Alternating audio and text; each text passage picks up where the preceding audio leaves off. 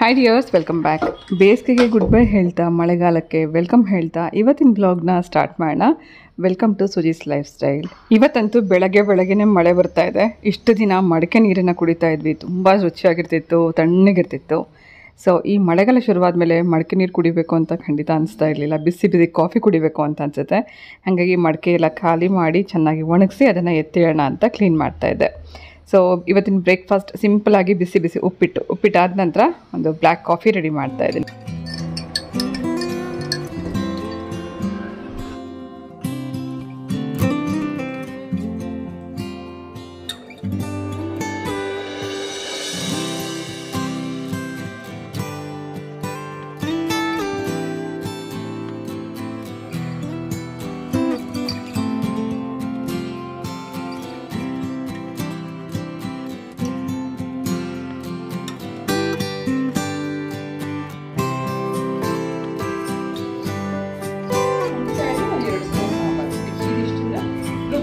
ನೀವು ಇದನ್ನ ಖಾರ ಕೂರಿಸ್ಕೊಂಡು ತರಕಾರಿ ಬೇಳೆ ಮಿಕ್ಸ್ ಮಾಡ್ಕೊಂಡ್ರೆ ಅದು ತುಂಬ ಚೆನ್ನಾಗಿರುತ್ತೆ. ಅದು ಮುದ್ದೆಗೂ ಉಪಯೋಗಿಸ್ಕೋಬಹುದು. ತರಕಾರಿ ಸಾಂಬಾರು ಹೇಗಿರುತ್ತೋ ಹಾಗಿರುತ್ತೆ. ಇಷ್ಟ ಆಯ್ತಾ?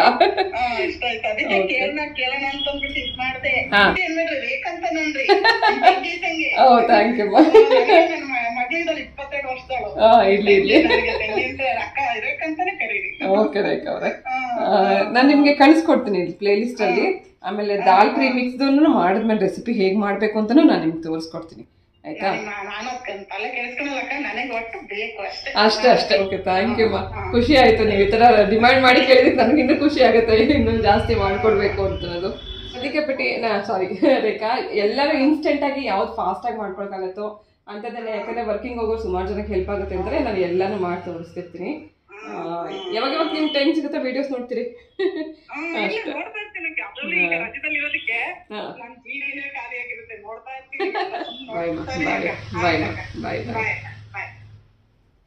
ಪಾಪ ಎಷ್ಟು ಪ್ರೀತಿಯಿಂದ ಮಾತಾಡ್ಸಿದ್ರು. ಸಾಂಬಾರ್ ಪೌಡ್ರ್ ಆರ್ಡರ್ ಮಾಡಿರತ್ತೆ, ಅವ್ರಿಗೆ ಮಾಡ್ಕೊಳ್ಳೋದು ಹೇಗೆ ಅಂತ ಗೊತ್ತಿಲ್ಲ. ಖುಷಿ ನಂಗೆ ಯಾವಾಗಲೂ ಕಣ್ಣಲ್ಲಿ ಬರುತ್ತೆ. ಓಕೆ, ಸಾಂಬಾರ್ ಪೌಡ್ರ್ ಆರ್ಡರ್ ಮಾಡಿರಂತೆ ಕಡೂರಿಂದ. ಇವರು ರೇಖಾ ಅಂತನವರು ಸ್ಕೂಲ್ ಟೀಚರ್ ಆಗಿದ್ದಾರೆ. ಅವ್ರಿಗೆ ಇನ್ಸ್ಟೆಂಟ್ ಆಗಿ ಏನೇನು ಮಾಡ್ಕೊಳ್ಳೋಕೆ ಬೇಕು ಅದೆಲ್ಲ ಪುಡಿಗಳು ನೀವು ಮಾಡ್ಕೊಳ್ಳೇಬೇಕು ಅಂತ ಡಿಮ್ಯಾಂಡ್ ಮಾಡಿ ಕೇಳ್ತಾ ಇದ್ರು. ತುಂಬಾ ಖುಷಿ ಆಯ್ತು. ಯಾಕಂದ್ರೆ ಅವರು ಟೀಚರ್ ಆಗಿ ವರ್ಕ್ ಮಾಡ್ತಿದ್ದೀನಿ, ನನಗೆ ಟೈಮ್ ಇರಲ್ಲ ಅಡುಗೆ ಮಾಡ್ಕೊಳ್ಳೋದಕ್ಕೆ.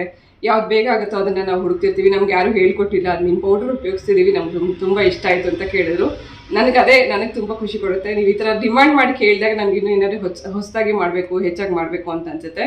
ಸೊ ಅವರಿಗೆ ಸಾಂಬಾರ್ದು ರೆಸಿಪಿ ಹೇಳಿದ್ದೀನಿ. ನಾನು ಪ್ಲೇ ಲಿಸ್ಟ್ ಅಲ್ಲಿ ಕೂಡ ನಾವು ಯಾವ್ಯಾವ ಪೌಡರ್ ಮಾಡ್ತೀವೋ ಅದನ್ನ ರೆಸಿಪಿ ಕೂಡ ಹಾಕ್ತಾ ಇರ್ತೀನಿ. ಯಾರಿಗೆಲ್ಲ ಪ್ಲೇ ಲಿಸ್ಟ್ ಅಲ್ಲಿ ನೋಡೋಕ್ಕಾಗಿಲ್ಲ ಅಂತನವ್ರಿಗೆ ನಾನು ಡೈರೆಕ್ಟ್ ಆಗಿ ಯೂಟ್ಯೂಬ್ ಚಾನಲ್ ಅಲ್ಲಿ ಕೂಡ ನಿಮಗೆ ರೆಸಿಪೀಸ್ ತೋರಿಸಿದ್ದೀನಿ, ಪೌಡರ್ ಉಪಯೋಗಿಸ್ಕೊಂಡು ಹೇಗೆಲ್ಲ ಮಾಡಬೇಕು ಅಂತನದನ್ನ. ಸೊ ಅದನ್ನ ರಿಪೀಟ್ ಮಾಡ್ತಾನೆ ಇದ್ದೀನಿ. ಕಾರಣ ಯಾಕೆ ಅಂದ್ರೆ ಹೊಸಬ್ರು ಆ್ಯಡ್ ಆಗ್ತಿದ್ದಾರೆ, ಎಷ್ಟೋ ಜನಕ್ಕೆ ಗೊತ್ತಿರಲ್ಲ ಅಂತನಕ್ಕೋಸ್ಕರ. ದಯವಿಟ್ಟು ಬೇಜಾರು ಮಾಡ್ಕೊಬೇಡಿದ್ರಿ ಯಾಕೆ ರಿಪೀಟ್ ಮಾಡ್ತೀರಾ ಅಂತ. So thank you so much Rekha ಅವರೇ. ಇದು ಪ್ರೀ ಆರ್ಡರ್ ಅಂತ ಹೇಳ್ಬೋದು. ಸೊ ನೆಕ್ಸ್ಟ್ ಇನ್ನೇನು 15 ದಿನಕ್ಕೆ ಸ್ಕೂಲ್ ಶುರುವಾಗುತ್ತೆ, ಅಷ್ಟರಲ್ಲಿ ನನಗೆ ಇಷ್ಟು ಬೇಕು ಅಂತ ಕೇಳಿ ಪ್ರೀ ಆರ್ಡರ್ ಮಾಡ್ಯಾರ. ಈ ಪ್ರೀ ಆರ್ಡರ್ಗೆ ನಾನೀಗ ಎಫರ್ಟ್ ಹಾಕಿ ಒಳ್ಳೆ ಪೌಡರ್ಸ್ನ ನಿಮಗೆ ತಲುಪಿಸ್ತಾ ಇದ್ದೀನಿ. ಖಂಡಿತ ಎಲ್ಲ ಪೌಡರ್ಸ್ ನೀವು ಟ್ರೈ ಮಾಡಿ. ಯಾರೆಲ್ಲ ವರ್ಕಿಂಗ್ ಇರೋರು ಅಷ್ಟೇ ಅಲ್ಲ, ಎಲ್ಲರೂ ಟ್ರೈ ಮಾಡಿ ನಿಮ್ಮ ಒಪಿನಿಯನ್ ಅಥವಾ ನಿಮ್ಮ ಏನೇ ಸಲಹೆ ಇರೋ ನನಗೆ ತಿಳಿಸಿ ಅಂತ ನಾನು ಕೇಳ್ಕೊತೀನಿ. ಇವತ್ತು ಮಧ್ಯಾಹ್ನದ ಊಟಕ್ಕೆ ಯಾಕೋ ಇವತ್ತು ಅನ್ನ ತಿನ್ನಬೇಕು ಅಂತ ಅನಿಸ್ಲಿಲ್ಲ. ಹಾಗಾಗಿ ರೊಟ್ಟಿ ಚಟ್ನಿ ಮಾಡೋಣ ಅಂತ ಅಂದ್ಬಿಟ್ಟು ಚಟ್ನಿ ರೆಡಿ ಮಾಡ್ತಾಯಿದ್ದೀನಿ. ಇದು ಕಾಯಿ ಚಟ್ನಿ, ಹಸಿಕಾಯಿ, ಸ್ವಲ್ಪ ಹುರಿಗಡಲೆ, ಸ್ವಲ್ಪ ಶುಂಠಿ ಬೆಳ್ಳುಳ್ಳಿ, ಹಾಗೆ ಸ್ವಲ್ಪ ಮೆಣಸಿನ್ಕಾಯಿ, ಕೊತ್ತಂಬರಿ, ಕರಿಬೇವು, ಉಪ್ಪು, ಇದಿಷ್ಟನ್ನ ರುಬ್ಕೊಂಡು ಚಟ್ನಿ ಮಾಡ್ಕೋಬೋದು. ಇದಕ್ಕೆ ನಾನು ಹುಣಸೆಹಣ್ಣು ಹಾಕಿಲ್ಲ ಬೇಕಂತಾನೆ. ಇಷ್ಟಲ್ಲೇ ತುಂಬ ಚೆನ್ನಾಗಿರುತ್ತೆ ಚಟ್ನಿ. ಒಂದು ಸ್ವಲ್ಪ ನೀರಂಗೆ ಮಾಡಿಕೊಂಡು ಅಕ್ಕಿ ರೊಟ್ಟಿಗೆ ಬೆಸ್ಟ್ ಕಾಂಬಿನೇಷನ್ ಚಟ್ನಿ ಮಾಡ್ತಾಯಿದ್ದೀನಿ. ಇದಕ್ಕೊಂದು ಒಗ್ಗರಣೆ ಮಾಡಿಕೊಂಡ್ರೆ ಇನ್ನೂ ಚೆನ್ನಾಗಿರುತ್ತೆ. ಸ್ವಲ್ಪ ಸಾಸಿವೆ, ಉದ್ದಿನಬೇಳೆ, ಕರಿಬೇವು ಹಾಕಿ ಒಗ್ಗರಣೆ ಮಾಡ್ಕೊಬೇಡ. ಕಾಯಿ ಚಟ್ನಿ ರೆಡಿಯಾಗಿದೆ. ಎಲ್ಲ ಅಡುಗೆ ಈಸಿಯಾಗಿ ಮಾಡ್ತೀನಿ, ಆದರೆ ರೊಟ್ಟಿ ತಟ್ಟುವಂಥ ಕೆಲಸ ಮಾತ್ರ ಸ್ವಲ್ಪ ನನಗೆ ಕಷ್ಟನೇ. ಹಾಗಾಗಿ ಸುಮಾರು ಜನ ಡೈರೆಕ್ಟಾಗಿ ತವಾ ಮೇಲೆ ತಟ್ತಾರೆ, ಹಾಗೆ ಕೆಲವರು ಪೇಪರ್ ಮೇಲೆ ತಟ್ತಾರೆ. ನನಗೆ ಒದ್ದೆ ಬಟ್ಟೆ ಮೇಲೆ ತಟ್ಟಿನೇ ಅಭ್ಯಾಸ. ಸೊ ಫಸ್ಟು ಅಕ್ಕಿ ಹಿಟ್ಟು, ಉಪ್ಪು ಹಾಗೆ ನೀರು ಹಾಕಿ ಕಲಿಸ್ಕೊಂಬೇಡ. ಒಂದು 5 ನಿಮಿಷ ಬಿಟ್ಟ ನಂತರ ನಾವು ರೊಟ್ಟಿ ಮಾಡೋದ್ರಿಂದ ಎಷ್ಟು ತೆಳ್ಳಗೆ ಬೇಕಾದ್ರೂ ಮಾಡ್ಕೋಬೋದು. ಮೊದಲು ನಾನು ಇದನ್ನು ಹಿಟ್ಟು ಕಲಸಿ ಒಂದು 5 ನಿಮಿಷ ಸೈಡಲ್ಲಿ ಇಟ್ಬಿಡ್ತೀನಿ. ಆನಂತರ ನಾವು ಇದನ್ನು ತಟ್ಕೊಡೋಕ್ಕೆ ರೆಡಿ ಮಾಡ್ಕೊಳ್ಳೋಣ. ಬ್ಯಾಕ್ಗ್ರೌಂಡಲ್ಲಿ ಮ್ಯೂಸಿಕ್ ಕೇಳಿಸ್ತಾ ಇದೆಯಲ್ಲ, ಅದು ಎಲ್ಲಿಂದ ಬರ್ತಿದೆ ಅಂತಂದರೆ ನಮ್ಮ ಚಿಮ್ನಿ ಒಳಗಡೆಯಿಂದ. ಕೆಲವು ವ್ಲಾಗಿಂದ ನಾನು ನಿಮಗೆ ಹೇಳಿದ್ದೆ ಅಲ್ವಾ, ಚಿಮ್ನಿ ಒಳಗಡೆ ಬಂದು ಮೊಟ್ಟೆ ಹಾಕ್ಬಿಟ್ಟಿದೆ ಪಕ್ಷಿ ಅಂತ. ಸೊ ಆ ಕಡೆ ನಮ್ಗೆ ಹೋಗಿ ಆ ಪಕ್ಷಿಗಳ ಗೂಡೆಲ್ಲಿದೆ ಅಂತ ನೋಡೋಕ್ಕೂ ನಮಗೆ ಜಾಗ ಇಲ್ಲ, ಅಥವಾ ಮೊಟ್ಟೆಗಳನ್ನ ತೆಗೆಯೋಕ್ಕೂ ಜಾಗ ಇಲ್ಲ. ಹಾಗಾಗಿ ನಾವು ಸುಮ್ಮನೆ ಆಗಿಬಿಟ್ಟಿದ್ವಿ. ಆ ಮರಿಗಳೆಲ್ಲ ಇವಾಗ ಹೊರಗಡೆ ಬಂದು, ಅಂದರೆ ಮೊಟ್ಟೆ ಹ್ಯಾಚ್ ಆಗಿ ಮರಿಗಳೆಲ್ಲ ಆಗಿ ಈಗಾಗಲೇ 1 ವಾರ ಆಗಿದೆ. ಅದೆಷ್ಟು ಶಬ್ದ ಮಾಡುತ್ತೆ ಅಂದರೆ ಕಂಟಿನ್ಯೂಸ್ ಆಗಿ ಅದರ ಅಮ್ಮ ಬಂದು ಅದಕ್ಕೆ ತಿನ್ನಿಸೋವರೆಗೂ ಕಿರ್ಚ್ತಾ ಇರುತ್ತೆ. ಅದರ ಅಮ್ಮಂಗೆ ಬೇರೆ ಏನೂ ಕೆಲಸ ಇಲ್ಲ, ಹೋಗೋದು, ತೊಗೊಂಬರೋದು, ತಿನ್ನಿಸೋದು. ಸುಮಾರು ಮರಿಗಳಿದೆ ಅಂತ ಅನಿಸುತ್ತೆ. ಸೊ ನಮ್ಮನೇಲಿ ನಮಗಷ್ಟೇ ಅಲ್ಲ, ಈ ಸ್ನೂಫಿ ಪುಸ್ಪುಸ್ಗೂ ಕೂಡ ಆಶ್ಚರ್ಯ, ಈ ಶಬ್ದ ಎಲ್ಲಿ ಬರ್ತಿದೆ ಅಂತ. ಅಡುಗೆ ಮನೆ ಕಡೆ ಬರ್ತಾರೆ, ನೋಡ್ತಾರೆ, ಎಲ್ಲಿ ಅಂತ ಹುಡುಕ್ತಿದ್ದಾರೆ, ಎಲ್ಲೂ ಅವ್ರಿಗೆ ಕಾಣಿಸ್ತಾ ಇಲ್ಲ. ಸೊ ಸ್ನೂಫಿಗಂತೂ ಅವಳು ಹೋಗ್ತಾಳೆ ಮೇಲ್ಗಡೆ ಟೆರೆಸಲ್ಲಿಂದ ನೋಡ್ಕೊಂಬರ್ತಾಳೆ ಎಲ್ಲಿ ಶಬ್ದ ಬರ್ತಿದೆ ಅಂತ. ಅವಳಿಗೆ ಈ ಥರ ಶಬ್ದ ಕೇಳಿಸಿದ ತಕ್ಷಣವೇ ಹೋಗಿ ಹುಡುಕಬೇಕು, ನೋಡಬೇಕು ಅವಳಿಗೆ. ಹಾಗೆ ಪುಸ್ಪುಸ್ ಕೂಡ ಅವಳಿಗೆ ಅದಕ್ಕೇನಾರು ಸಿಕ್ಬಿಟ್ರಂತೂ ಪಕ್ಷಿ ಬಿಡೋದೇ ಇಲ್ಲ. ಸೊ ಲಕ್ಕಿಲಿ ಅದು ಚಿಮ್ನಿ ಒಳಗಡೆ ದೊಡ್ಡದಾಗಿ ಅದು ಹಾರ್ಕೊಂಡು ಅದಾಗದೇ ಹೋಗ್ಬಿಟ್ರೆ ಸಾಕು ಅಂತ ಅನಿಸಿದೆ. ನಾವು ಎಷ್ಟೇ ಬಿಸಿ ಆದರೂ ಕೂಡ ಕೆಲವು ಸತಿ ಚಿಮ್ನಿ ಆನ್ ಮಾಡೋಕ್ಕಾಗಲ್ಲ. ಕೆಲವು ಸತಿ ತುಂಬ ರೇರಾಗಿ ತುಂಬ ಘಾಟ ಆಯಿತು ಅಂತಂದಾಗ ಒಂದೊಂದು ಸತಿ ಆನ್ ಮಾಡ್ತೀನಿ. ಸೊ ಭಯ ಆಗುತ್ತೆ ಒಂದೊಂದು ಸತಿ ಚಿಮ್ನಿ ಆನ್ ಮಾಡೋದಕ್ಕೆ. 1-2 ಸೆಕೆಂಡ್ ಆನ್ ಮಾಡಿಬಿಟ್ಟು ಮತ್ತೆ ಆಫ್ ಮಾಡಿಬಿಡ್ತೀನಿ. ಸೊ ರೊಟ್ಟಿ ಈ ಥರ ತಟ್ಟಿದ್ದಾಗಿದೆ. ಒದ್ದೆ ಬಟ್ಟೆ ಮೇಲೆ ನಾನು ತಟ್ತೀನಿ. ಇದು ನಂಗೆ ತುಂಬ ಈಸಿ ಮೆಥಡ್. ಆನಂತರ ಹೆಂಚು ಮೇಲೆ ಹಾಕಿ ಎಣ್ಣೆನೇ ಉಪಯೋಗಿಸ್ತೇವೆ ನಾವು ಈ ರೊಟ್ಟಿ ಮಾಡ್ಕೋಬೋದು, ತುಂಬ ಚೆನ್ನಾಗಿರುತ್ತೆ. ನಾವು ಚಿಕ್ಕವರಿದ್ದಾಗ ನಮ್ಮಮ್ಮ ಒಲೆಯಲ್ಲಿ ಈ ಥರ ಹೆಂಚು ಇಟ್ಬಿಟ್ಟು ಅದರ ಮೇಲ್ಗಡೆನೇ ಕೈಯಲ್ಲೇ ತಟ್ಟಿ ರೊಟ್ಟಿ ಮಾಡ್ತಾಯಿದ್ರು, ತುಂಬ ಚೆನ್ನಾಗಿರ್ತಾಯಿತ್ತು. ಇವತ್ತಿಗೂ ನನ್ನ ತಮ್ಮಂಗೆ ಆ ಥರದ ರೊಟ್ಟಿನೇ ಇಷ್ಟ. ಒಲೆ ಮೇಲೆ ಹೆಂಚಿಟ್ಟು ಅದರ ಮೇಲೆ ರೊಟ್ಟಿ ತಟ್ಟಿ ಮಾಡ್ಕೊಡೋದು ತುಂಬ ಇಷ್ಟ. ನಾನು ನೋಡ್ತಾ ಇದ್ದೆ, ಬಟ್ ನನಗೆ ಯಾವತ್ತೂ ಅದನ್ನು ಕಲೀಲಿಕ್ಕಾಗಲಿಲ್ಲ. ತುಂಬ ಬಿಸಿ ಆಗ್ತಿತ್ತು, ಕೈ ಸುಡುತ್ತೆ ಅಂತ ಅನ್ನೋ ಭಯದಲ್ಲಿ ಆ ರೊಟ್ಟಿ ತಟ್ಟೋ ಅಭ್ಯಾಸ ಮಾಡೋಕ್ಕೆ ಹೋಗಲಿಲ್ಲ ನಾನು. ಸೊ ಈ ಥರ ನಂಗೆ ತುಂಬ ಈಸಿ ಆಯಿತು. ಹಾಗಾಗಿ ನಾನು ಬಟ್ಟೆ ಮೇಲೇ ತಟ್ಬಿಟ್ಟು ಮಾಡ್ತೀನಿ. ಇದೇ ರೀತಿ ನಾವು ಬೇರೆ ಬೇರೆ ಹಿಟ್ಟನ್ನ, ಅಂದರೆ ಗೋಧಿ ಹಿಟ್ಟು, ರಾಗಿ ಹಿಟ್ಟು, ಅಕ್ಕಿ ಹಿಟ್ಟು, ಈ ಥರ ಎಲ್ಲ ಹಿಟ್ಟುಗಳನ್ನು ಮಿಕ್ಸ್ ಮಾಡಿ ಮಾಡುವಂಥ ರೊಟ್ಟಿ ಇರುತ್ತಲ್ಲ, ಅದು ಕೂಡ ತುಂಬ ಚೆನ್ನಾಗಿರುತ್ತೆ. ಹಾಗೆ ತರಕಾರಿ ಮತ್ತು ಈರುಳ್ಳಿ, ಮೆಣಸಿನ್ಕಾಯಿ, ಕೊತ್ತಂಬರಿ, ಕಾಯಿ ತುರಿ ಇದೆಲ್ಲ ಮಿಕ್ಸ್ ಮಾಡಿ ಮಾಡುವಂಥ ರೊಟ್ಟಿ, ಅದು ಕೂಡ ತುಂಬ ಇಷ್ಟ ನನಗೆ. ಸೊ ರೊಟ್ಟಿ ಇಷ್ಟ, ಆದರೆ ಮಾಡೋದು ಸ್ವಲ್ಪ ಕಷ್ಟ. ಹಾಗಾಗಿ ನಾನು ಜಾಸ್ತಿ ಮಾಡೋಕ್ಕೋಗಲ್ಲ. ಅಕ್ಕಿ ರೊಟ್ಟಿ ಮಾತ್ರ ತುಂಬ ಇಷ್ಟ ನಮಗೆ, ಅಕ್ಕಿ ರೊಟ್ಟಿ ಮತ್ತು ಕಾಯಿ ಚಟ್ನಿ. ಸೊ ಇವತ್ತಿನ ಮಧ್ಯಾಹ್ನದ ಲಂಚ್ಗೆ ಇವತ್ತು ಅನ್ನದ ಬದಲಾಗಿ ರೊಟ್ಟಿ ಚಟ್ನಿನ ಮಾಡಿದ್ದೆ.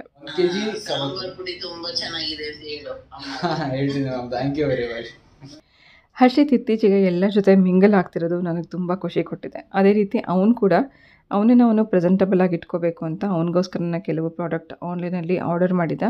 ಅದು ಇವತ್ತೆಲ್ಲ ಬಂದಿದೆ. ಅದನ್ನು ಬಂದು ಹಾಲ್ ನೋಡ್ಕೊಂಬರೋಣ. ಮೊದಲನೇದಾಗಿ ವಾಚ್. ಇದು ವಿಂಟೇಜ್ ಸ್ಟೈಲಲ್ಲಿರುವಂಥ ವಾಚ್. ಅಂದರೆ ಮುಂಚೆ ಎಲ್ಲ ಬರೀ ನಂಬರ್ಸ್ ಮಾತ್ರ ಕಾಣಿಸ್ತಿತ್ತಲ್ಲ, ಆ ಥರದ ಒಂದು ವಾಚ್ ಅವ್ನಿಗೆ ತುಂಬ ಇಷ್ಟ ಆಗಿ ಇದನ್ನು ಆರ್ಡರ್ ಮಾಡಿದ್ದ. ಇದಾದ ನಂತರ ರೀಸೆಂಟಾಗಿ ಒಂದು ಜಿಮ್ಗೆ ಅಂತಲೇ ಪ್ಯಾಂಟ್ ತರಿಸಿದ್ದ, ಬ್ಲ್ಯಾಕ್ ಕಲರ್. ಈಗಾಗಲೇ ಅವ್ನು ಹಾಕ್ಕೊಂಡು ಕೂತ್ಕೊಂಡಿದ್ದಾನೆ. ಸೇಮ್ ಪ್ಯಾಂಟ್, ಸೇಮ್ ಬ್ರ್ಯಾಂಡ್, ತುಂಬ ಕಂಫರ್ಟಬಲ್ ಆಗಿದೆ ಅಂತ ಹೇಳ್ತಾ ಇದ್ದ. ಯೂಶ್ವಲಿ ಜಿಮ್ಗೆ ಹಾಕ್ಕೊಂಡು ಹೋಗ್ಬೇಕಾದ್ರೆ ಈ ಥರದ್ದೇ ಪ್ಯಾಂಟನ್ನು ಅವ್ನು ತುಂಬ ಲೈಕ್ ಮಾಡ್ತಾನೆ. ಅಷ್ಟೆಲ್ಲ ರೆಗ್ಯುಲರ್ ಯೂಸ್ ಮಾಡಲಿಕ್ಕೂ ಕೂಡ ತುಂಬ ಚೆನ್ನಾಗಿದೆ.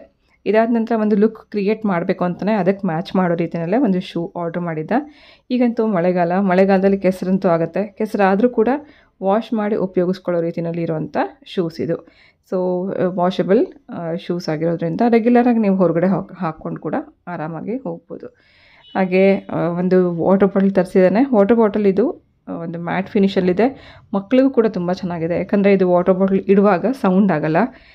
ಒಂದು ಮ್ಯಾಟ್ ಫಿನಿಷ್ ಮತ್ತು ಸೌಂಡ್ ಪ್ರೂಫ್. ಸೊ ತುಂಬ ಚೆನ್ನಾಗಿದೆ. ಮಕ್ಕಳಿಗೆ ಇನ್ನೇನು ಲಂಚ್ ಬಾಕ್ಸ್ ಎಲ್ಲ ಕ್ಯಾರಿ ಮಾಡುವಂಥ ಟೈಮಲ್ಲಿ ಈ ಥರದ ಬಾಟಲ್ ಕೂಡ ನೀವು ಪರ್ಚೇಸ್ ಮಾಡ್ಬೋದು. ಸೊ ಈ ಎಲ್ಲ ಪ್ರಾಡಕ್ಟ್ ಅಮೆಝಾನಿಂದ ತರಿಸಿರೋದು. ಅಮೆಝಾನ್ ಲಿಂಕ್ ಡಿಸ್ಕ್ರಿಪ್ಷನ್ ಬಾಕ್ಸಲ್ಲಿ ಇರುತ್ತೆ, ಚೆಕ್ ಮಾಡಿ.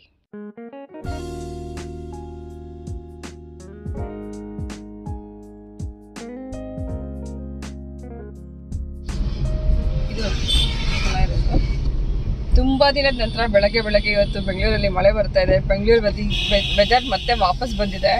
ಮುಂಚೆ ನಮ್ಮ ಬೆಂಗಳೂರು ವೆದರ್ ಹೇಗಿತ್ತಲ್ಲ ಹಾಗೆ ಆಗಿದೆ. ಖುಷಿ ಆಗುತ್ತೆ. ಬೆಳಗ್ಗೆನೇ ಮಳೆ ಬರ್ತಿರೋದು, ಕೂಲಾಗಿದೆ. ನಾನು ಹೊರಚಿದ್ದಿಬ್ರು ಸುಮ್ಮನೆ ಹಾಗೆ ಒಂದು ರೌಂಡ್ ಬಂದ್ವಿ ಹೊರಗಡೆ. ಚೆನ್ನಾಗಿದೆ ಇವತ್ತಿನ ವೆದರ್ ಮಾತ್ರ.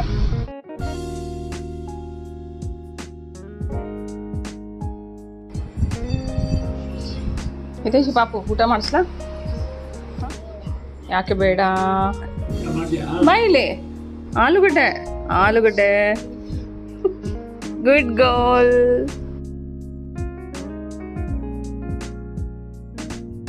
ಇವತ್ತಿನ ವ್ಲಾಗ್ ಒಂದು ರ್ಯಾಂಡಮ್ ವ್ಲಾಗ್, ಅಂದರೆ ಯಾವತ್ತು ನನಗೆ ಟೈಮ್ ಸಿಗುತ್ತೆ ಅವತ್ತೆಲ್ಲ ಶೂಟ್ ಮಾಡೋದನ್ನು ಒಂದು ವ್ಲಾಗಲ್ಲಿ ನಿಮ್ಮ ಜೊತೆಗೆ ಶೇರ್ ಮಾಡ್ತಿರ್ತೀನಿ. ಒಂದೇ ದಿನದ ಶೂಟ್ ನಾನು ಕಂಪ್ಲೀಟಾಗಿ ಯಾವತ್ತೂ ಮಾಡೋಕ್ಕೆ ಟೈಮ್ ಸಿಗ್ತಾನೆ ಇಲ್ಲ. ಹಾಗೆ ಈಗ ಒಂದು ವಾರ ಆಂಟಿ ರಜೆ ಹಾಕಿದ್ದಾರೆ, ಅಂದರೆ ಅವರು ಟ್ರಿಪ್ ಹೋಗಿದ್ದಾರೆ. ಅವ್ರು ಬರೋವರೆಗೂ ನಾನು ಎಲ್ಲ ಕೆಲಸ ಮಾಡ್ಕೋಬೇಕು. ಇವತ್ತು ಧನಿಯಾ ಪೌಡ್ರ್ ಖಾಲಿಯಾಗಿತ್ತು, ಅದನ್ನು ಹುರಿತಾ ಇದ್ದೀನಿ. ರೀಸೆಂಟಾಗಿ ಒಬ್ಬರು ಕೇಳಿದರು ಧನಿಯಾ ಪೌಡ್ರ್ ಹೇಗೆ ಮಾಡೋದು ತೋರಿಸಿ ಅಂತ. ನಾನು ಇದಕ್ಕೆ ಬರೀ ಧನಿಯಾ ಮಾತ್ರ ಹಾಕಲ್ಲ, ಧನಿಯಾ ಜೊತೆಗೆ ಕರಿಬೇವು, ಅರಿಶಿನ ಇದನ್ನೆಲ್ಲ ಬೆರೆಸಿರ್ತೀನಿ. ತುಂಬ ಒಳ್ಳೆ ಘಮ ಇರುತ್ತೆ. ಹಾಗೆ ಧನಿಯಾ ಹುರಿಬೇಕಾದ್ರೆ ಯಾವುದೇ ಕಾರಣಕ್ಕೂ ತುಂಬ ಜಾಸ್ತಿ ಹುರಿಬಾರ್ದು. ಅದು ಒಂದು ಒಳ್ಳೆ ಘಮ ಬರೋಕ್ಕೆ ಸ್ಟಾರ್ಟ್ ಆಗುತ್ತಲ್ಲ, ಅಷ್ಟು ಹುರ್ಕೊಂಡ್ರೆ ಸಾಕು. ಅಂದರೆ ಸ್ವಲ್ಪ ಬಿಸಿ ಆಗೋಕ್ಕೆ ಸ್ಟಾರ್ಟ್ ಆಗುತ್ತೆ, ಅಷ್ಟಾದರೆ ಸಾಕು.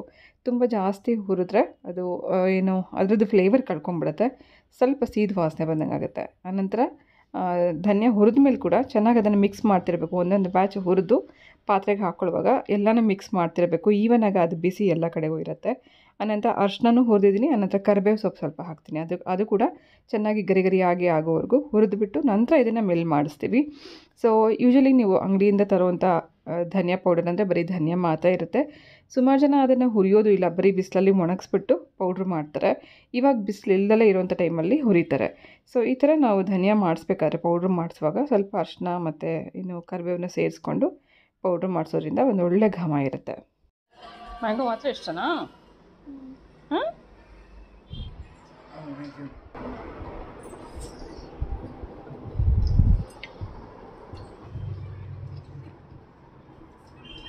ಇವತ್ತು ಶ್ವೇತಾ ಹತ್ರ ಐರನ್ ಅಂತೀನಿ ಐಬ್ರೋ ಮಾಡಿಸ್ಕೊಂಬರೋಣ ಅಂತ ಹೋಗಿದ್ದೆ. ಅವಾಗ ಪಾಪು ನನ್ನ ಜೊತೆ ಬಂದ್ಲು. ಯಾಕೆ ಅಂದರೆ ಅವ್ರ ಅಣ್ಣ ಕುದುರೆಗೆ ಹೊಟ್ಟೋಗಿದ್ದಾನೆ, ಇವಳೊಬ್ಬಳನ್ನ ಬಿಟ್ಬಿಟ್ಟು. ಪಾಪ ಅವಳೊಬ್ಬಳಿಗೆ ಬೇಜಾರಾಗ್ತಾ ಆಯ್ತು ಅಂತ ಅದಕ್ಕೆ ಕರ್ಕೊಂಬಂದಿದ್ದೀನಿ. ಸ್ವಲ್ಪ ಹೊತ್ತು ಅಷ್ಟೇ ಇರುತ್ತೆ, ಆಮೇಲೆ ಅಳಕ್ಕೆ ಶುರು ಮಾಡುತ್ತೆ ಅಲ್ಲಮ್ಮ. ಹಾಂ, ಅಳ್ತೀಯಾ ಮತ್ತೆ ಇರ್ತೀಯಾ? ಸಿಬ್ಲಿಂಗ್ಸ್ ಅಂತಂದರೆ ಅಣ್ಣ, ಅಕ್ಕ, ತಮ್ಮ, ತಂಗಿ ಯಾರು ಇರ್ತಾರಲ್ಲ ಅವರೆಲ್ಲ ಒಬ್ಬೊಬ್ಬರೇ ಬಿಟ್ಬಿಟ್ಟು ಎಲ್ಲರೂ ಹೋಗ್ಬಿಡ್ತಾರಲ್ಲ, ಅವಾಗ ಅದು ಎಷ್ಟು ಬೋರ್ ಆಗುತ್ತೆ ಅಂತ ಅನ್ನೋದನ್ನು ಇವಾಗ ನಾನು ಹರ್ಷಿತ್ನ ನೋಡಿದಾಗ ಗೊತ್ತಾಗ್ತಿದೆ. ಇಬ್ಬರು ಒಟ್ಟಿಗೆ ಇದ್ದಾಗ ಪ್ರಿಯಾ ಮತ್ತು ಹರ್ಷಿತ್ ಎಷ್ಟು ಜಗಳ ಆಡ್ತಿದ್ರು. ನಂಗೆ ಅವರಿಬ್ಬರು ಜಗಳ ಬಿಡಿಸೋದೇ ಒಂದೊಂದು ಸತಿ ತುಂಬ ಕಷ್ಟ ಅನಿಸ್ತಿತ್ತು. ಇವಾಗ ಹರ್ಷಿತ್ಗೂ ಒಂದೊಂದು ಸತಿ ಬೇಜಾರಾಗುತ್ತೆ, ಪ್ರಿಯನ್ ಮಿಸ್ ಮಾಡ್ಕೊತೀನಿ ಅಂತ ಹೇಳ್ತಾನೆ. ಆ ಕಡೆ ಪ್ರಿಯಾನು ಕೆಲವು ಸತಿ ತಮ್ಮನ್ನು ಮಿಸ್ ಮಾಡ್ಕೊತಿದ್ದೀನಿ ಅಂತ ಹೇಳ್ತಿರ್ತಾಳೆ. ಹಾಗೆ ಇವತ್ತು ಪಾಪುದು ಕಂಡೀಷನ್ ಕೂಡ ಹಾಗೆ ಇತ್ತು. ಗುರ್ಪ್ರೀತ್ ಅವರು ಅಜ್ಜಿ ತಾತನ ಮನೆಗೆ ಹೊಟ್ಟೋಗಿದ್ದಾನೆ. ಅವಳೊಬ್ಬಳೇ ಪಾಪ ತುಂಬ ಬೋರ್ ಆಗಿತ್ತು ಅನ್ಸುತ್ತೆ, ಅವಳೊಬ್ಬಳೇ ಆಟ ಆಡ್ಕೊತಾ ಇದ್ಲು. ಪಾರ್ಲರ್ಗೆ ಹೋಗಿದ್ದಾಗ ಅವಳನ್ನ ಕರ್ಕೊಂಬಂದೆ, ಹರ್ಷಿತ್ ಜೊತೆಗೆ ಸ್ವಲ್ಪ ಹೊತ್ತು ಆಟ ಆಡ್ಕೊಂಡಿರಲಿ ಅಂತನಕ್ಕೋಸ್ಕರ. ಸೊ ತುಂಬ ಹೊತ್ತು ಆಟ ಆಡ್ಕೊಂಡಿತ್ತು, ಅವ್ರ ಅಮ್ಮನ ಕೇಳಲೇ ಇಲ್ಲ. ರಾತ್ರಿ ಕರ್ಕೊಂಡು ಹೋಗಿ ವಾಪಸ್ ಮನೆಗೆ ಬಿಟ್ಬಿಟ್ಟು ಬಂದ್ವಿ. ಮಳೆಗಾಲ ನನಗೆ ತುಂಬ ಇಷ್ಟ ಆದಂಥ ಸೀಸನ್, ಆದರೆ ನಮ್ಮ ಬಿಸ್ನೆಸ್ಗೆ ಅಷ್ಟು ಒಳ್ಳೆಯದಲ್ಲ ಅಂತನ್ನೋಂಥ ಸೀಸನ್. ಯಾಕೆಂದರೆ ಬಿಸಿಲಿದ್ದಾಗ ನಾವು ಎಲ್ಲ ಒಣಗಿಸಿ ಹುರಿದು ಪೌಡ್ರ್ ಮಾಡೋದಕ್ಕೆ ತುಂಬ ಚೆನ್ನಾಗಿರುತ್ತೆ. ಧನಿಯಾ ಆಗಲಿ, ಮೆಣಸಿನ್ಕಾಯಿ ಆಗಲಿ, ಹಾಗೆ ಮಿಲೆಟ್ಸ್ ಆಗಲಿ, ಬೇಳೆಗಳಾಗಲಿ ತೊಳೆದು ಒಣಗಿಸಿ ನಂತರನೇ ನಾವು ಪೌಡ್ರ್ ಮಾಡೋದು. ಹಾಗೆ ಇವಾಗ ಸ್ಪ್ರೌಟೆಡ್ ರಾಗಿ ಮಾಲ್ಟ್ ಮಾಡಿರೋದ್ರಿಂದ ಕೂಡ ಸ್ಪ್ರೌಟೆಡ್ ರಾಗಿನೂ ಕೂಡ ಚೆನ್ನಾಗಿ ಬಿಸಿಲಲ್ಲಿ ಒಣಗಿಸಿದ್ರೇ ತುಂಬ ಚೆನ್ನಾಗಿರುತ್ತೆ. ನಾನು ಇವಾಗ ಈ ಸೀಸನ್ನ ನಾನು ಫೇಸ್ ಮಾಡ್ತಿರೋಂಥ ಪ್ರಾಬ್ಲಮ್ ಏನಂದರೆ ಬಿಸಿಲು ಇಲ್ದಲೇ ಇರೋದ್ರಿಂದ. ಸೊ ಯಾವಾಗ ಬಿಸಿಲು ಬರುತ್ತೆ ಆ ಟೈಮಲ್ಲಿ ತಕ್ಷಣವೇ ಹೋಗಿ ಇಂಥದನ್ನೆಲ್ಲ ಒಣಗಿ ಹಾಕ್ಬಿಟ್ಟು ಬರ್ತೀವಿ. ಧನಿಯಾ, ಮೆಣಸಿನ್ಕಾಯಿ, ಕೆಲವೊಮ್ಮೆ ಈ ಥರ ಬೇಳೆಗಳನ್ನ ತೊಳೆದಿರೋ ಅಂಥದ್ದನ್ನು ಕೂಡ ಎಷ್ಟು ಸಾಧ್ಯ ಅಷ್ಟು ಬಿಸಿಲಲ್ಲಿ ಒಣಗಿಸ್ಬಿಟ್ಟು ನಂತರ ಪೌಡ್ರ್ ಮಾಡ್ತಾಯಿದ್ವಿ. ಇಲ್ಲಾಂದರೆ ಫ್ಯಾನ್ಗಳಿಲ್ಲ, ಅಷ್ಟು ಒಣಗೋದೇ ಇಲ್ಲ. ಈ ಪ್ರೀ ಆರ್ಡರ್ ಬಂದಿರೋದು, ನಾನು ಆಗಲೇ ನಿಮಗೆ ಫೋನಲ್ಲಿ ಮಾತಾಡ್ತಿದ್ದೆ ಅಂತ ತೋರಿಸಿದ್ನಲ್ಲ, ಲಾಂಗ್ ಬ್ಯಾಕ್ ಬಂದಿದ್ದಂಥ ಕಾಲ್ ಅದು. ಅವರು ಪ್ರೀ ಆರ್ಡ್ರ್ ಕೊಟ್ಟು ತುಂಬ ದಿನ ಆಗೋಯಿತು. ಆದರೆ ನನಗೆ ಬಿಸಿಲು ಇಲ್ಲದಲೇ ಇರೋ ಕಾರಣ ತುಂಬ ದಿನವೇ ಟೈಮ್ ತೊಗೊಂಡ್ಬಿಟ್ಟೆ ಇದನ್ನು ಮಾಡಲಿಕ್ಕೆ. ಇದರಿಂದ ನಾನು 2 ರೆಸಿಪಿ ಮಾಡಬೇಕು. ಒಂದು ಪ್ರೀಮಿಕ್ಸ್ ಪೌಡರ್ ಅಂದರೆ ದಾಲ್ ಪ್ರೀಮಿಕ್ಸ್, ಮತ್ತೊಂದು ಸಾಂಬಾರ್ ಪ್ರೀಮಿಕ್ಸ್. ಇದೆರಡಕ್ಕೂ ನಾನಿಲ್ಲಿ 3 ರೀತಿ ಬೇಳೆಗಳನ್ನು ತೊಳೆದು ಒಣಗಿ ಹಾಕಿದ್ದೀನಿ. ಹೆಸರುಬೇಳೆ, ತೊಗರಿಬೇಳೆ, ಕಡಲೆಬೇಳೆ, ಇದು 3ನ್ನು ಚೆನ್ನಾಗಿ ತೊಳೆದು ನಂತರ ಒಣಗಿಸಿ ಆನಂತರ ಹುರಿದು ಪೌಡ್ರ್ ಮಾಡಿದ ನಂತರ ನಾವು ಪ್ರೀಮಿಕ್ಸ್ ಪೌಡ್ರ್ ಮಾಡೋಕ್ಕೆ ಸಾಧ್ಯ. ಸೊ ಸಾಧ್ಯ ಆದಷ್ಟು ಯಾವಾಗ ಬಿಸಿಲಿರುತ್ತೆ ಹಸ್ಬೆಂಡ್ಗೆ ಮತ್ತು ನನಗೆ ಇದೆರಡೇ ಕೆಲಸ ಆಗಿದೆ, ಬಿಸಿಲಲ್ಲಿ ಒಣಗಿಸಿ ಎತ್ತಿಟ್ಕೊಳ್ಳೋದು. ರೀಸೆಂಟಾಗಿ ರಾಗಿ ಕೂಡ ನಮ್ಮದು ಹಾಗೆ ಆಯಿತು, ಒಣಗಿ ಹಾಕಿದ್ದೀವಿ, ತಕ್ಷಣವೇ ಮಳೆ ಬರೋದು. ಸೊ ಈಗಂತೂ ಹಸ್ಬೆಂಡ್ ಕೆಳಗಡೆನೇ ಇರ್ತಾರೆ, ಅಂದರೆ ಪಾರ್ಕಿಂಗಲ್ಲೇ ಇರ್ತಾರೆ. ಯಾವಾಗ ಬಿಸಿಲು ಬರುತ್ತೆ ಹೊರಗಡೆ ಹಾಕೋದು ಮತ್ತು ತೊಗೊಂಬರೋದು. ಮೇಲ್ಗಡೆ ಪಕ್ಷಿಗಳದ್ದು ಸ್ವಲ್ಪ ಪ್ರಾಬ್ಲಮ್ ಇದೆ, ಹಾಗಾಗಿ ಜಾಸ್ತಿಯಾಗಿ ಕೆಳಗಡೆನೇ ಇಟ್ಕೊಂಡು ಒಣಗಿಸ್ತಾ ಇರ್ತೀವಿ. ಸೊ ರಾಗಿ ಮಿಲ್ ಮಾಡಿಸ್ಬೇಕು, ಅದನ್ನು ಒಂದು ಬಾಕ್ಸಲ್ಲಿ ಹಾಕಿಟ್ಟಿದ್ದೀನಿ. ಇದು ಮನೆಗೆ ರಾಗಿ ಮುದ್ದೆ ಮಾಡೋದಕ್ಕೋಸ್ಕರ ಮಿಲ್ ಮಾಡಿಸೋಂಥ ಟೈಮಲ್ಲಿ ರಾಗಿ ಜೊತೆಗೆ ಮೆಂತ್ಯ ಹಾಕ್ತೀನಿ, ಒಂದು ಮುಷ್ಟಿಯಷ್ಟು ಮೆಂತ್ಯ. ಹಾಗೆ ಕೆಲವೊಮ್ಮೆ ಗೋಧಿ ಮಾಡಿಸುವಾಗ ಕೂಡ ಗೋಧಿ ಜೊತೆಗೆ ಸ್ವಲ್ಪ ಸೋಯಾ, ಸ್ವಲ್ಪ ಮೆಂತ್ಯ ಇದನ್ನೆಲ್ಲ ಹಾಕಿ ನಂತರ ನಾವು ಹಿಟ್ಟು ಮಾಡಿಸಿ ಚಪಾತಿ ಅಥವಾ ಮುದ್ದೆ ಮಾಡ್ಕೊಳ್ಳೋದ್ರಿಂದ ಒಂದು ಡಯಾಬಿಟಿಸ್ ಇರೋರಿಗೂ ಕೂಡ ಮೆಂತ್ಯ ತುಂಬ ಒಳ್ಳೆಯದು. ಯಾವುದೋ ಒಂದು ರೀತಿಯಲ್ಲಿ ದೇಹಕ್ಕೆ ಸೇರುತ್ತೆ. ಅದೇ ಅಷ್ಟೇ ಅಲ್ಲ, ಈ ಚಪಾತಿ ಅಥವಾ ಮುದ್ದೆ ಮಾಡೋಂಥ ಟೈಮಲ್ಲಿ ಒಂದು ಒಳ್ಳೆ ಘಮ ಇರುತ್ತೆ, ತುಂಬ ಚೆನ್ನಾಗಿರುತ್ತೆ. ಸೊ ಬನ್ನಿ ಇವತ್ತೊಂದು ಸಾಂಬಾರು ರೆಸಿಪಿ ನೋಡ್ಕೊಂಬರೋಣ. ಅದು ಕಡಲೆಕಾಳು ಹುರಿದ ಹುಳಿ. ನಮ್ಮ ಮನೆಯಲ್ಲಿ ಹೇಗೆ ಮಾಡ್ತೀವಿ ಅಂತ ಅನ್ನೋದನ್ನು ನಿಮ್ಮ ಜೊತೆ ಶೇರ್ ಮಾಡ್ತಿದ್ದೀನಿ. ಮೊದಲನೇದಾಗಿ 1 ಕಪ್ಪಷ್ಟು ಕಡಲೆಕಾಳನ್ನು ಹುರ್ಕೋತಾ ಇದ್ದೀನಿ. ಸಣ್ಣ ಊರಿನಲ್ಲಿ ಸುಮಾರು ಒಂದು 4 ನಿಮಿಷ ಇದನ್ನು ಹುರಿಬೇಕು. ಈ ರೀತಿ ಆಗೋವರೆಗೂ ಹುರಿದ ನಂತರ ನಾವು ಇದನ್ನು ನೀರಲ್ಲಿ ಚೆನ್ನಾಗಿ ತೊಳೆದ್ಬಿಟ್ಟು ಬೇಯಿಸ್ಕೋಬೇಕು. ಮೊದಲೇ ನೀರಲ್ಲಿ ತೊಳೆದು ನಂತರ ಹುರಿಯೋಕ್ಕೆ ಹೋದರೆ ತುಂಬ ಟೈಮ್ ಹಿಡಿಯುತ್ತೆ. ಸೊ ಫಸ್ಟು ಹುರ್ಕೊಂಡು ನಂತರ ನಾವು ತೊಳೆದ್ಬಿಟ್ಟು ಬೇಯಿಸ್ಕೋಬೋದು. ಹಾಗೆ ಕಡಲೆಕಾಳು ಬೇಯೋಕ್ಕೂ ಕೂಡ ತುಂಬ ಸಮಯ ಹಿಡಿಯುತ್ತೆ. ಕುಕ್ಕರಲ್ಲೇ ಬೇಯಿಸ್ಕೋಬೇಕು. ಸಾಧ್ಯ ಆದರೆ ಇದ್ರ ಜೊತೆಗೆ ಸ್ವಲ್ಪ ಆಲೂಗಡ್ಡೆ ಮತ್ತು ಬದನೆಕಾಯಿ ಸೇರಿಸ್ಕೊಂಡು ಹುಳಿ ಮಾಡೋದ್ರಿಂದ ತುಂಬ ಚೆನ್ನಾಗಾಗುತ್ತೆ. ನಾನಿಲ್ಲಿ ಕಡಲೆಕಾಳು ಒಂದನ್ನೇ ಬೇಯಿಸ್ಕೊತಾ ಇದ್ದೀನಿ. ಬೇಕಿದ್ದರೆ ನೀವು ಆಲೂಗಡ್ಡೆ ಬದನೆಕಾಯಿ ಕೂಡ ಹಾಕ್ಕೋಬೋದು. ಕಡಲೆಕಾಳು ಬೇಯೋಂಥ ಟೈಮಲ್ಲೇ ಇದಕ್ಕೆ ರುಚಿಗೆ ಬೇಕಾಗುವಷ್ಟು ಉಪ್ಪು ಹಾಕಿ ನೀರು ಹಾಕಿ ಸುಮಾರು ಒಂದು 4 ವಿಸಿಲ್ ಕೂಗಿಸ್ಕೋಬೇಕು.